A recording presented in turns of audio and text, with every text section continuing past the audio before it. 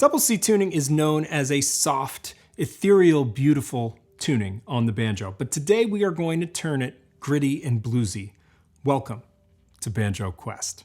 So today I'm going to teach you in really simple terms how to play the C minor pentatonic scale in double C. The C minor pentatonic scale happens to be the foundation of blues. So this is convenient because over on Patreon, I am teaching Ryland Spencer, this beautiful, gritty, dark blues tune for clawhammer. If that sounds good to you, join the campaign. The link is in the description below. And the other thing I'm doing for this video in particular is I'm giving the download away for free this time for free members on Patreon. Yes, Patreon has now opened a free tier, a basic tier, so you can sort of keep tabs on your favorite creators for free. At no cost to you, you just have to join Patreon. So if that is interesting, if you'd like tab for this lesson, it's free. Check the link in the description below and you can download a free tab for this video.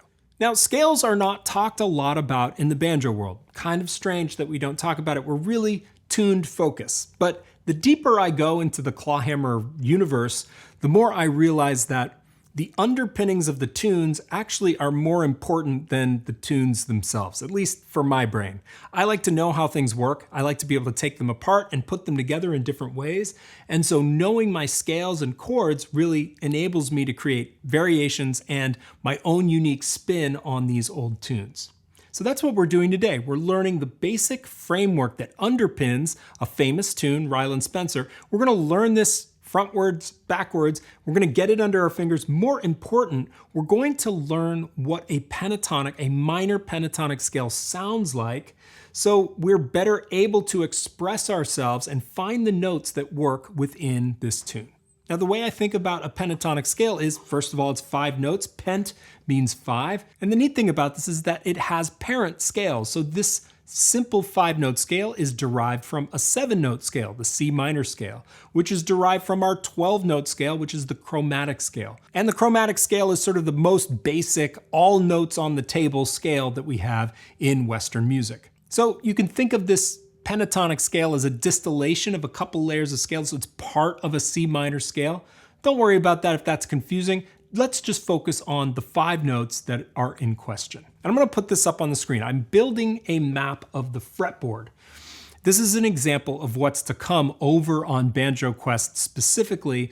One of the things I want to do is map every tuning of the banjo, create scales and chord charts for even obscure tunings. It's one of my long-term projects over on Patreon. If that sounds cool, you'll definitely want to click the link in the description below because this stuff is going to be forthcoming all through the summer in a lot more detail. So let's just look. Let's just see if we can read this. First of all, let's ignore the 5th string because we're not going to fret this 5th string. It's interesting. We think of this as a 5-string instrument, which it is, of course, but it's very rare for most of us that we fret the 5th string at all. You can. There are lots of players who do it, but for our purposes today, we don't even need to think about it. So we can think of this as a 4-string instrument. Boy, that simplifies things by one whole string. The other cool thing about double C is we have 2 strings that are C. We've got our 4th string, and we've got our 2nd string. C happens to be the root note, the origin note where our 5-note scale starts. So knowing that, knowing where these root notes are to me is the first hook into understanding how the fretboard works. If you know where your roots are, you can always get home and things are going to sound good. So I like knowing where the roots are. In my little colored diagram here, the roots are notated by, well, the C, for those of you who are colorblind, and for those of you who aren't, you might be able to detect this gradient here. So it's a relatively easy way to quickly identify where our root notes are. So not thinking too much about time, let's run through this 5-note scale together. It's gonna sound like this. 1, 2, 3, 4, 5, 4, 3, 2, 1. So before we get to our scale exercises, it's just good to understand and play these notes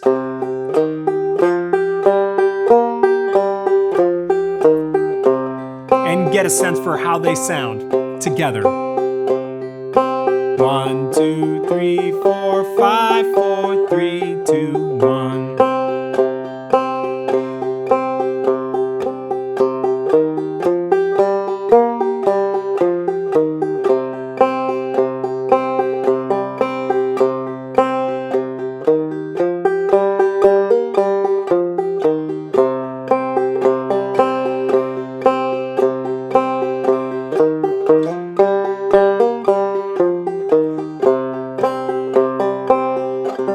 You can already hear with just a little bit of changing things around, a hammer on here, a slide there, into some of these notes, suddenly this doesn't sound like a scale anymore, does it? It starts to sound like a tune. All right, so now that you've played a basic C minor scale starting on the 4th string, you can see how that scale can continue with my little diagram here, but let's bring it back a little bit. Let's create an exercise that's designed to get you oriented and thinking about this scale in time.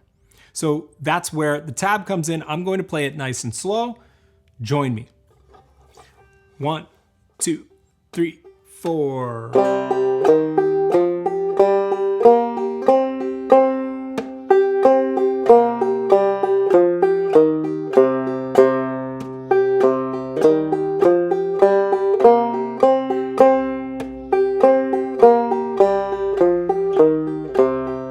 Time.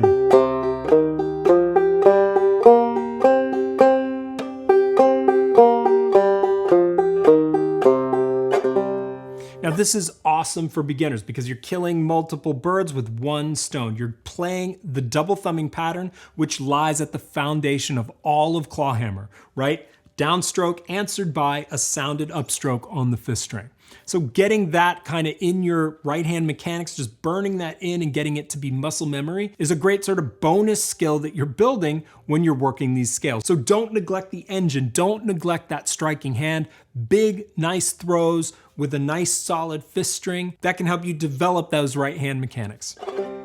We're also learning how to fret. Basically, we're trying to breadcrumb this.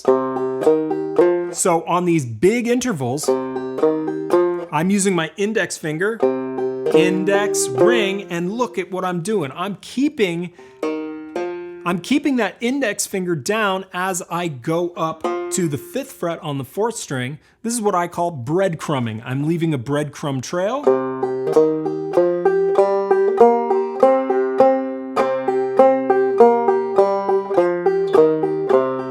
Up and down. That's going to make your fretting so much more efficient if you can leave those breadcrumbs. It will keep you from, I call this spider walking up the neck, where you're doing double the work that somebody would be doing if they were breadcrumbing.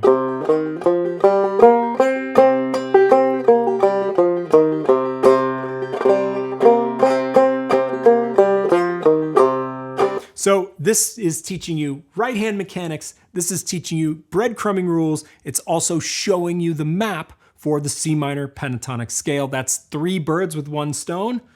Perfect little warm up. Don't put your banjo down. We are not done. We've just played the 4th and the 3rd string. Now we're going to take that scale. The scale keeps going, right? It doesn't stop at this C on the 5th fret of the 3rd string. We could keep it going. So I've got another exercise line for you.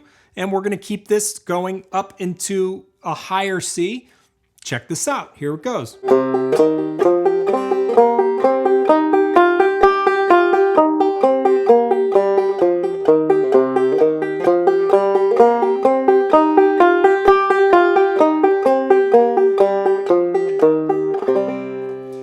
So let me show you a little fretting trick for where we're on the 3rd fret of strings 2 and 1. So we've got this little crossover where we're crossing over the strings.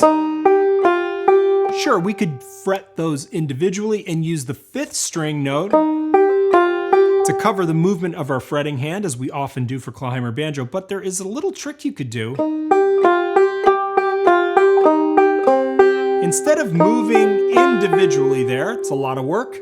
We want to keep things simple. We want to streamline and make things really efficient. What I like to do is create a little bar, a mini bar with my index finger.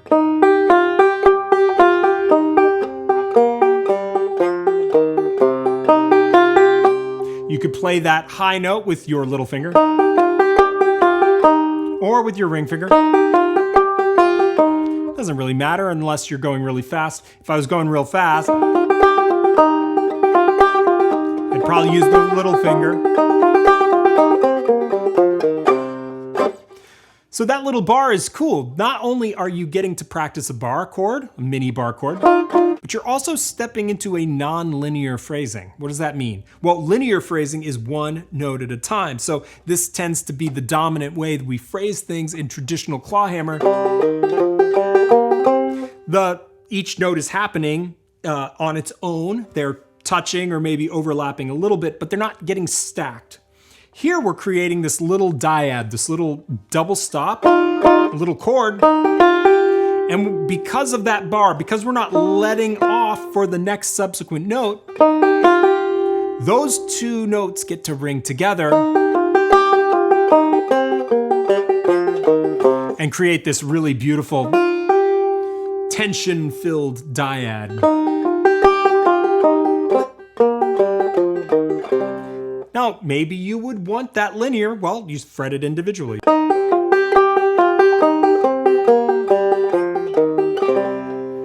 Now, some of you have probably noticed there are multiple pathways to play this scale.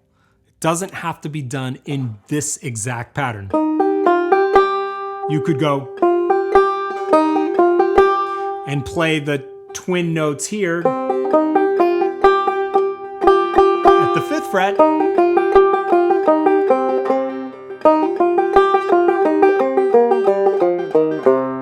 It's the same notes.